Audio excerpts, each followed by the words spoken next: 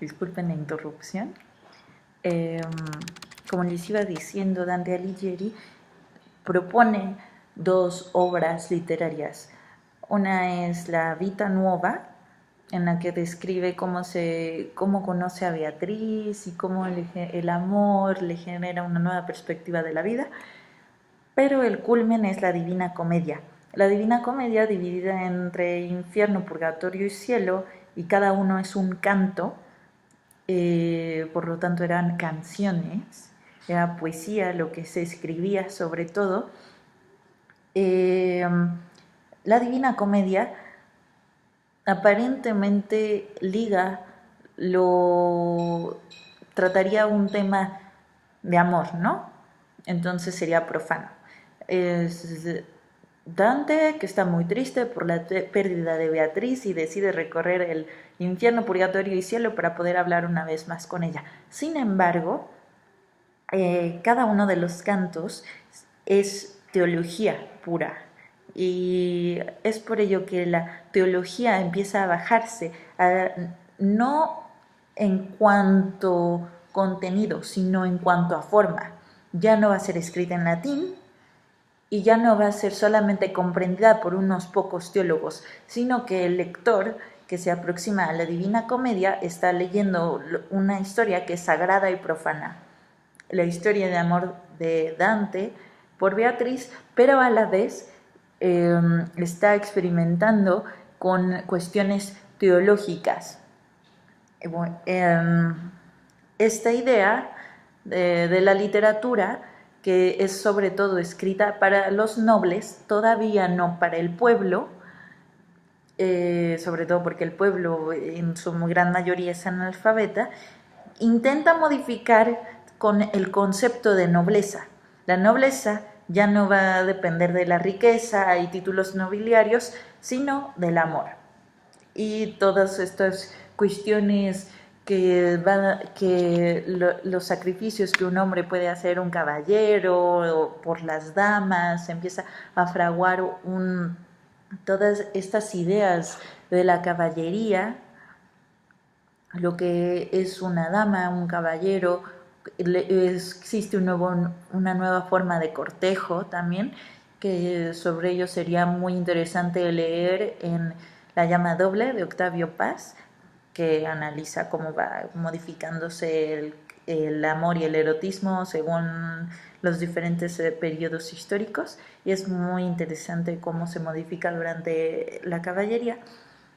Pero lo que quisiera resaltar con este cambio de la nobleza es que durante este periodo las clases sociales, que ahora podemos llamar clases sociales, comienzan a modificarse, porque el comercio empezó a hacer que surgieran nuevas familias ricas y que aunque no tuvieran títulos nobiliarios, el dinero quería hacerlas como legítimas.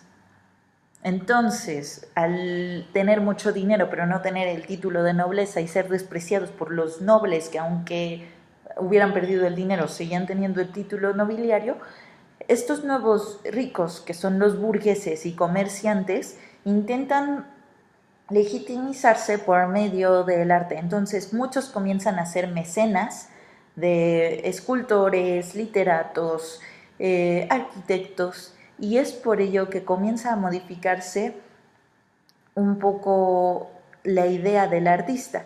Antes el artista estaba completamente centrado en hacer arquitectura, por ejemplo, de las iglesias, eran los maestros, los vitrales eran solamente religiosos, las pinturas solamente eran vírgenes y cristos, y en el Renacimiento no es que se pierda esta idea de dejar de hacer pinturas religiosas, pero los nobles comienzan a comprar retratos, a pagarle a artistas para que hagan otro tipo de obras, y así ellos se comienzan a legitimizarse.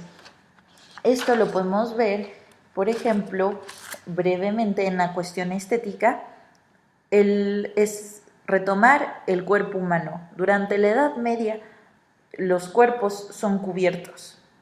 Podemos observar que todo el mundo tiene muchas túnicas, que incluso las figuras no tienen perspectiva, que son rígidas, que si bien tienen color, siempre son colores más apagados, que no se les ve figura humana. Lo más importante en el arte durante la Edad Media eran las caras. Entonces se muestra a Cristo, se muestra a la Virgen, a los apóstoles, lo que sea, pero siempre lo importante es la expresión de la cara.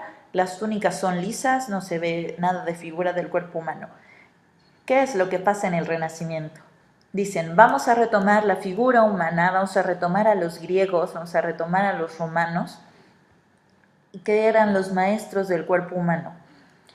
Por ejemplo, hay reportes de que Da Vinci estudiaba cuerpos humanos que desenterraban de los panteones, o cuando alguien acababa de morir, iba a la morgue y estudiaba cómo era la estructura, pero todo esto tenía que ser en secreto y respaldado por familias poderosas porque era una falta de respeto considerado religiosamente, profanar un cuerpo, y es por ello que todo esto se hace en secreto. Sin embargo, aunque hay un nuevo estudio del cuerpo humano, esto no quiere decir que lo religioso se va a olvidar. Y podemos observarlo, por ejemplo, Miguel Ángel, que pinta la Capilla Sixtina, que es un tema religioso, pero y también hace esculturas como el Moisés, David, pero también hace otro tipo de pinturas. Aquí es curioso que Miguel Ángel comienza como escultor y también culmina como pintor. Da Vinci, por un lado, tiene la Última Cena, algunas vírgenes, pero también tiene una figura de una mujer que era la esposa de un comerciante, que es la Gioconda. Lo mismo sucede con Rafael, que tiene retratos de Virgen con el niño, pero también tiene, por otro lado, la Escuela de Atenas, que es completamente representativa para todos los filósofos y que muestra a Platón con el dedo índice apuntando hacia el cielo, que está mostrando el mundo de las ideas, y por otro lado Aristóteles señalando hacia el frente, mostrando el mundo tangible que te está diciendo no podemos conocer si antes no pasamos por los sentidos. Entonces hay retoman a los griegos, también aparece Diógenes y otros. Tiziano, su pintura con El joven inglés, ya es la pintura de un noble, de un retrato, comienzan a hacerse retratos para legitimizar a estas familias, pero también hubo un renacimiento con un autor flamenco, o sea, aunque todo sea principalmente italiano, también hay autores flamencos alemanes como Holbein, que aunque pintó principalmente retratos, también pintó la muerte de Cristo. Todos estos pintores, lo más importante es que están experimentando nuevas técnicas para desarrollar el arte. Ya no quieren un arte plano, quieren mostrar la figura tridimensional, también quieren hacer sombras, quieren hacerlo lo más real posible a la naturaleza. Es cuando surge esta idea de que el arte es la copia de la naturaleza.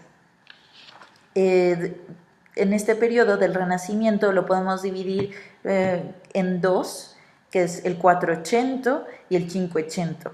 En el 580 es cuando más desarrollo artístico se da y cuantos más mecenas aparecen, y es cuando surge la idea del individualismo. Regresar al hombre, pero tampoco regresar al hombre como el hombre en general, sino como un individuo. Es por ello que si bien en la Edad Media había arte, el arte es principalmente anónimo. Nadie sabe a ciencia cierta quién lo pintó. Los retablos de las iglesias góticas, de las iglesias medievales. Y en el Renacimiento es cuando el artista se posiciona a sí mismo como individuo, como artista, y que comienza a firmar las obras. Durante la Edad Media, y creo que también lo podemos retomar un poco con los iconos, perdón, se me cerró un poco la vista de aquí, sigue grabando así. Con los iconos, el artista es por lo regular un monje, alguien religioso que es, siguiendo la terminología platónica que escribe en el diálogo del Ion, el artista es un entusiasmado, en theos, con Dios dentro, lo que quiere decir que es un poseído por los dioses y que por esa posesión es que escribe poesía y que puede pintar. En el caso de los iconos rusos, griegos, no se puede considerar que sea un artista, sino que es alguien poseído por Dios que hace una pintura de la divinidad. Ni siquiera es una pintura, sino que es un reflejo de la divinidad, y que, por ejemplo, los ojos de los iconos es como una comunicación entre el que está ahí orando y la divinidad. La divinidad te mira a ti y tú lo puedes mirar. Lo mismo ocurría en la Edad Media con el arte. No eran artistas, sino que buscaban expresar la divinidad únicamente. En el Renacimiento ya existe la figura del artista. La música se mezcla, ya no es únicamente sagrada, sino que se une la sagrada y la profana. Y también cabe destacar que durante la Edad Media eran básicamente cantos gregorianos, únicamente el instrumento de la voz, y durante el Renacimiento comienzan a utilizarse cítaras, guitarras, los instrumentos musicales en conjunto con la voz. Y gran parte, la importancia de la música es sobre todo un poco por los trovadores. Comienzan a retomarse estas historias medievales de los trovadores, a hacerse canciones, los nobles comienzan a bailar, comienza el baile, y es por eso que se une lo sagrado y lo profano. El Renacimiento es básicamente esta unión. En cuanto a arquitectura, claro que se siguen construyendo iglesias. Por ejemplo, Miguel Ángel diseñó la Plaza de San Pedro, las columnas, pero también hay un gran desarrollo arquitectónico de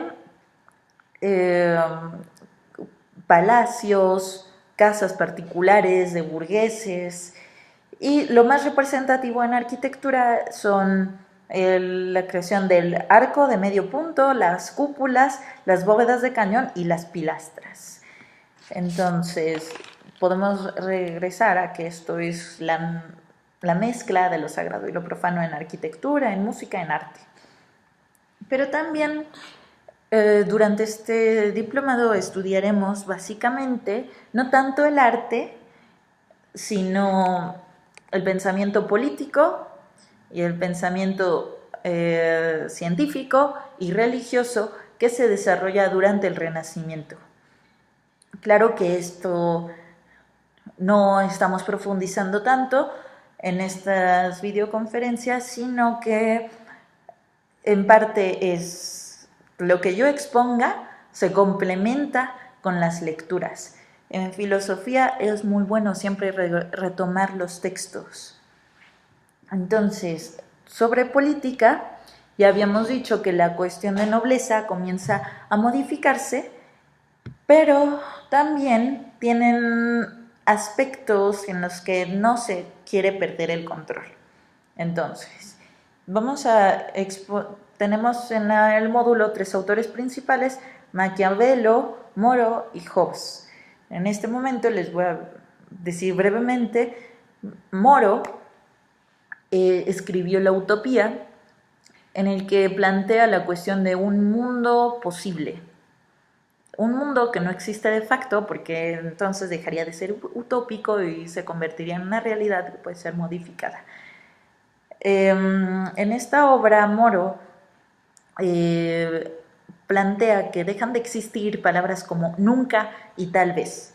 por lo que todo lo que es pensable sería posible y siempre lo que es pensable sería lo mejor. Es esta teoría de que se aspira siempre al bien y que Rousseau posteriormente durante la Ilustración consideraría que es el buen salvaje, ¿no? El hombre siempre tiende al bien, tiene una naturaleza buena. Por otro lado, está Erasmo de Rotterdam, que, o sea,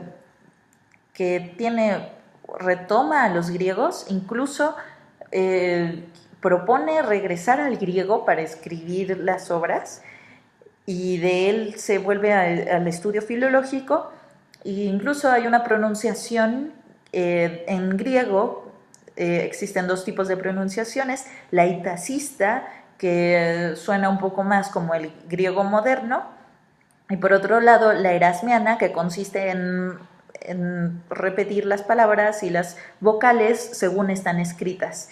En la itacista los diptongos se unen y en la erasmiana quedan completamente, se pronuncia tal cual, está todo. Pero lo importante de Erasmo de Rotterdam es el retomar el estudio del griego. Bueno, Rotterdam también escribió un manual para soldados que le llamaban la daga de Cristo, en el que te dice: el mal es engañoso, incluso las tradiciones son engañosas, y el único lugar donde podemos encontrar la verdad es en Cristo. Por eso hay que retomar básicamente lo que él dice.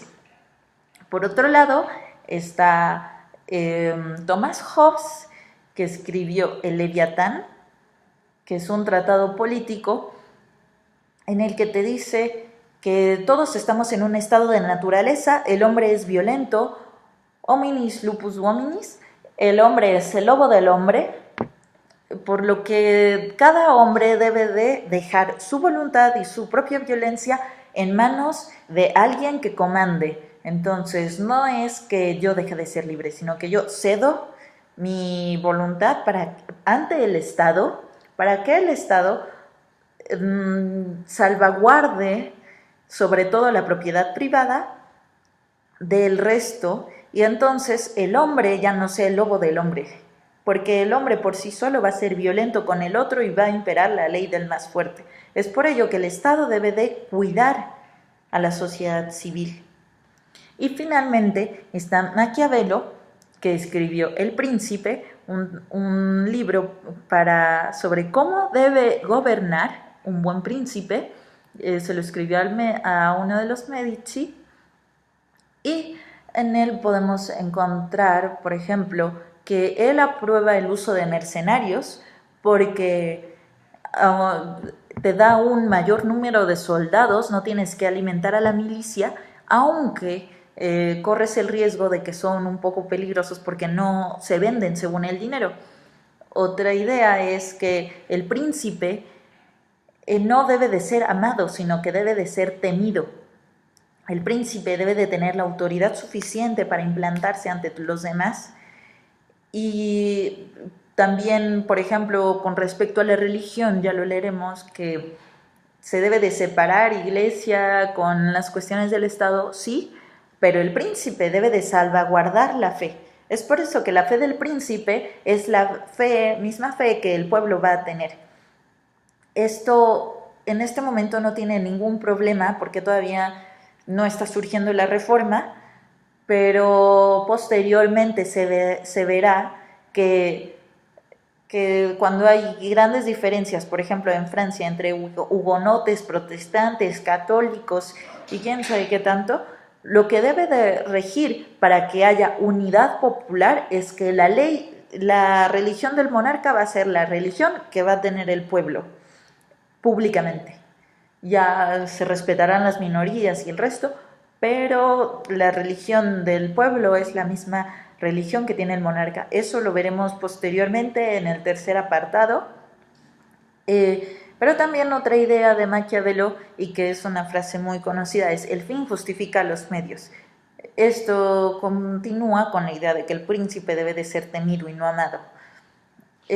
Por lo que no va a importar si se deben de matar a varios, sino que lo importante va a ser que el príncipe tenga el control y que logre sus medios, sus finalidades.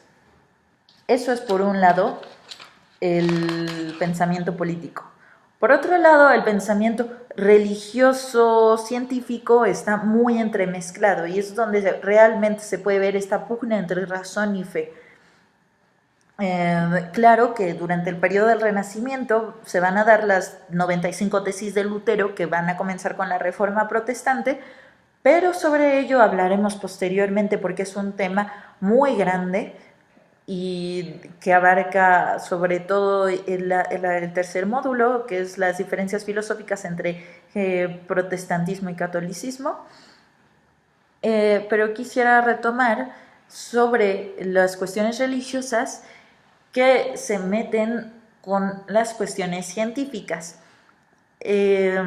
Todo esto inicia con Nicolás de Cusa, que si bien puede ser catalogado como un autor de finales del medioevo, tiene ya un inicio de pensamiento renacentista.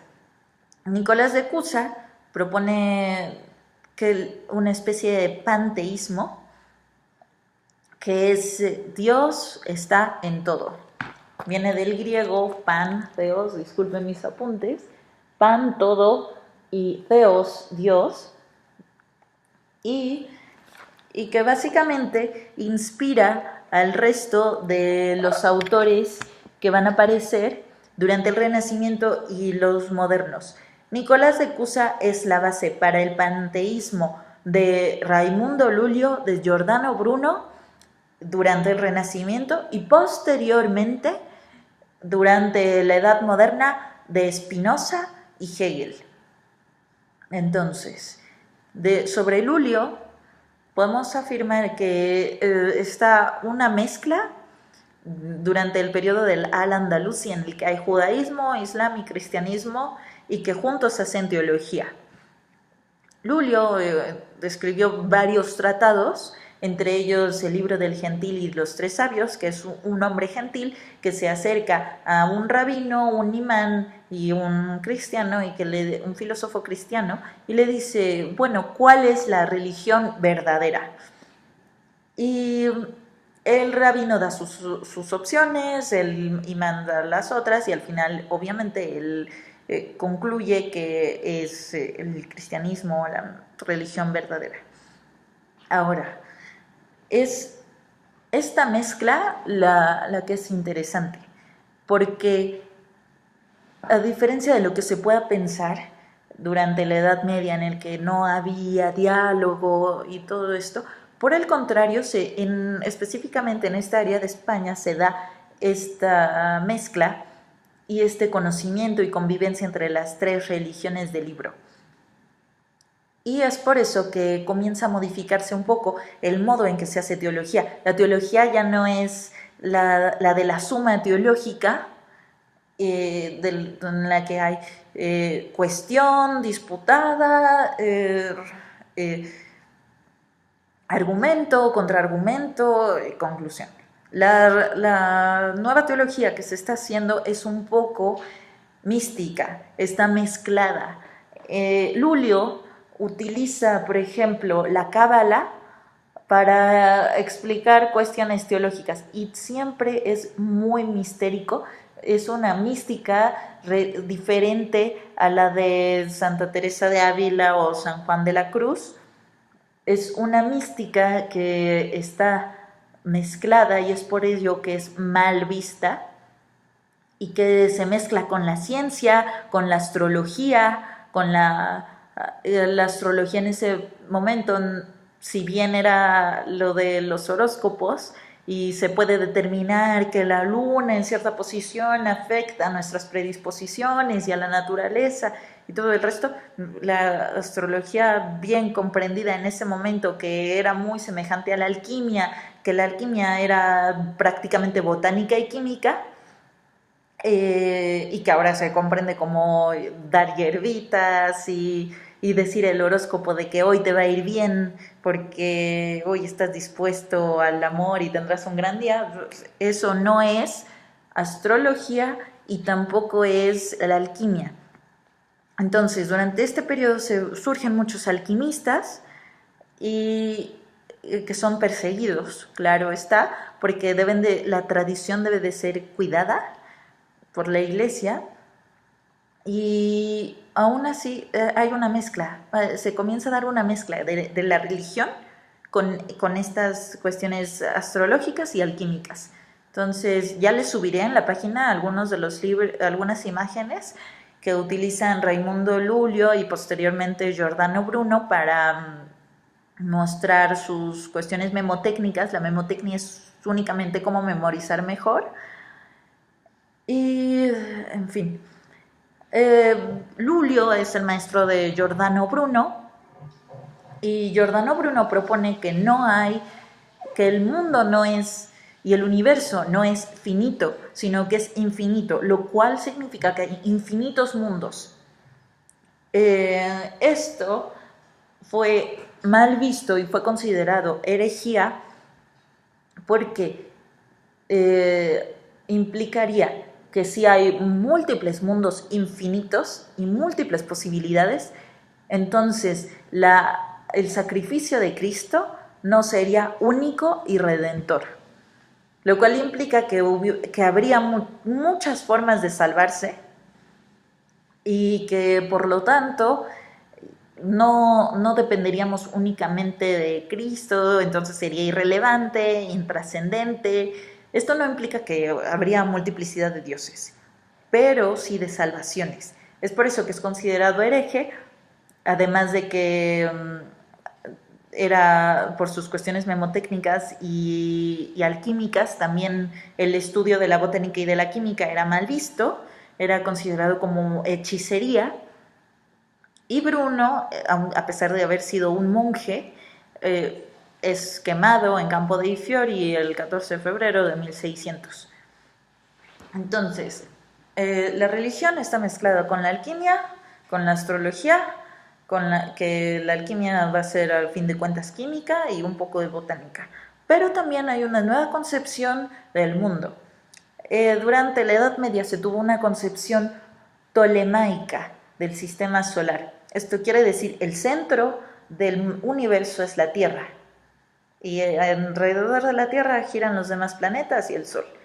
Esto también implicaba que el centro era el ser humano, pero en tanto que creación.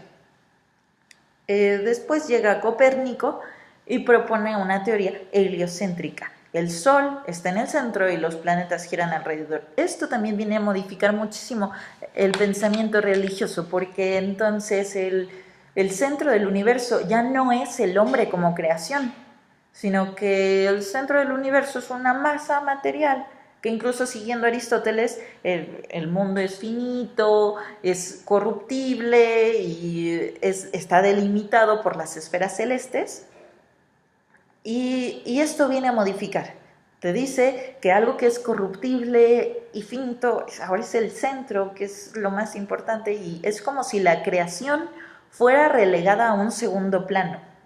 Entonces ahora ya está la ciencia y la creación por acá, ¿no? También está Johannes Kepler con sus leyes del movimiento y claro, Galileo con su nuevo telescopio, la ley de la gravitación y demás postulados que van a modificar la concepción del hombre como creación. El hombre puede ser considerado una creación, claro, pero es racional y puede acceder a la naturaleza, puede conocerla y modificarla. Entonces, ¿qué es lo que sucede? Que parece que hay una nueva pugna entre razón y fe. Por un lado está el hombre, que es una criatura, y por otro lado está el hombre que es científico y que modifica el mundo. Entonces, esto lo vemos también con Galileo, que si bien era creyente, él mismo vivía en carne propia su propia pugna entre creo, lo que me dice la Santa Madre Iglesia, y por otro lado estoy viendo y estoy observando y tengo la demostración de que está el movimiento, de que la Tierra gira alrededor del sol, que es lo opuesto a lo que me están diciendo. ¿Qué hago? Entonces, por consideración a Galileo, le dice el cardenal Belarmino, ya lo veremos en un video sobre el juicio de Galileo, que es paradigmático sobre esta pugna. Él le dice, bueno, Galileo, retráctate, que lo que dices sea una hipótesis y así te salvas. Es un truco jurídico para que no te condenemos, porque no queremos condenarte, no te queremos mandar a la hoguera. Entonces, tú dices que es una hipótesis, que todo lo que dijiste, pues en verdad es algo que te sacaste de la mente y basta, no hay problema. Pero Galileo dice, es que no es una hipótesis, esto es un método científico que claro tiene postulados, hipótesis, desarrollo, demostraciones, pero ya tengo los resultados. Entonces Galileo dice, Eppur si muove, y sin embargo se mueve. Es lo que quiere decir. En primera, no acepto que es una hipótesis y considero que la Tierra se sigue moviendo alrededor del Sol. Entonces, ¿qué vamos a hacer? El juicio de Galileo lo condenan, pero pues ya era grande, entonces le dicen, vale, que tu condena va a ser que no vamos a publicar tu libro y vas a tener que rezar no sé cuántos Padres Nuestros y Aves Marías. Y su hija, que era monja, le dice, yo cubro con la penitencia de mi padre, al fin y al cabo soy monja, yo rezo todo lo que él tiene que rezar. Y Galileo se quedó en su casa haciendo más investigaciones y continuó. Actualmente la Iglesia Católica reabrió el juicio de Galileo, reconoció que es un error y continuó. También pidió perdón por todas las víctimas de la Inquisición. ¿Qué es lo que quiere decir esto también actualmente? Que ciencia y fe no está peleado, razón y fe tampoco está peleado. La creencia es un tipo de racionalidad y tiene cierto asentimiento, que ya veremos con autores como Newman. Y lo que cambia es la representación. Ratzinger, que podría ser considerado el teólogo de este siglo, equiparable a Tomás de Aquino, en su libro Creación y Pecado, te dice, la creación no está peleada con la evolución, hay creación y evolución. Claro que no podemos seguir pensando como hace tanto que el mundo fue creado en 7 días. No somos literalistas. La Biblia se estudia y tiene géneros literarios. Los salmos son poesía, las crónicas es épica. La Biblia en el Génesis no te está diciendo que el mundo es creado en 7 días, tal cual y literalmente, sino que te está diciendo cómo es la relación del hombre con la naturaleza. Y es lo que se empezó a estudiar a partir del Renacimiento. Galileo decía que Dios escribió 2 grandes libros, la Biblia y la naturaleza. Entonces, en la naturaleza encontramos a Dios. Esto no quiere decir que Dios está en la naturaleza de manera panteísta. Y que incluso eso sería una concepción de un panteísmo simplista. Decir Dios está en el árbol, Dios está en la piedra. Sino que, retomando una metáfora de Giordano Bruno, para explicar el panteísmo, te dice, tenemos un espejo, y en el espejo cuando lo giramos hacia el sol, refleja el sol. ¿Qué pasa si tiramos ese espejo y se rompe y se hace 1000 añicos? Pues que hay pedazos que son más grandes que van a reflejar de mejor manera al sol.